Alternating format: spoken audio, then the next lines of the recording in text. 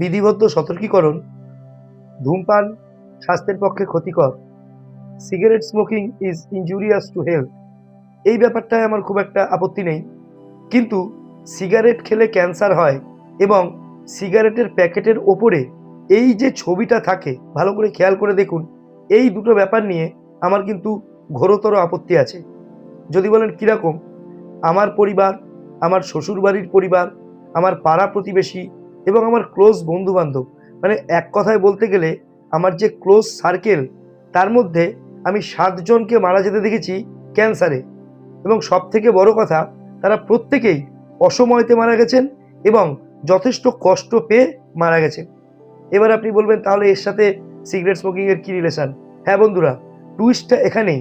এই 7 জনের কেউ সিগারেট স্মোকিং তো দূরের কথা, কোনোদিন একটা পানের সুপুরি পর্যন্ত খাননি।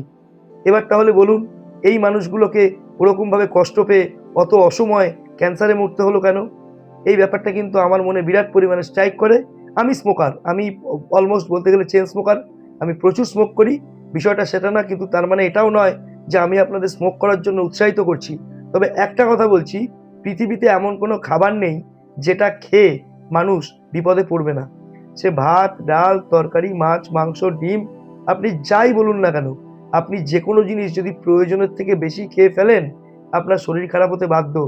ডিমও মারাত্মক একটা ভালো খাবার, দুধও মারাত্মক একটা ভালো খাবার, কিন্তু আপনি যদি ডিম আর দুধ একসঙ্গে খান, আপনার শরীর খারাপ হতে বাধ্য।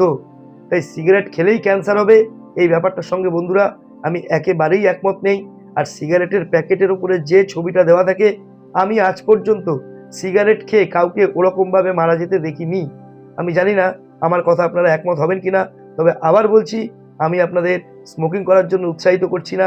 তার কারণ সিগারেট না খেলে শরীর খারাপ হবে কি হবে না সেটা তো বলছি না, কিন্তু একটা জিনিস কিন্তু শিওর, যারা সিগারেট খান না তাদের অনেক অনেক পরিমাণে খরচ বেঁচে যায়।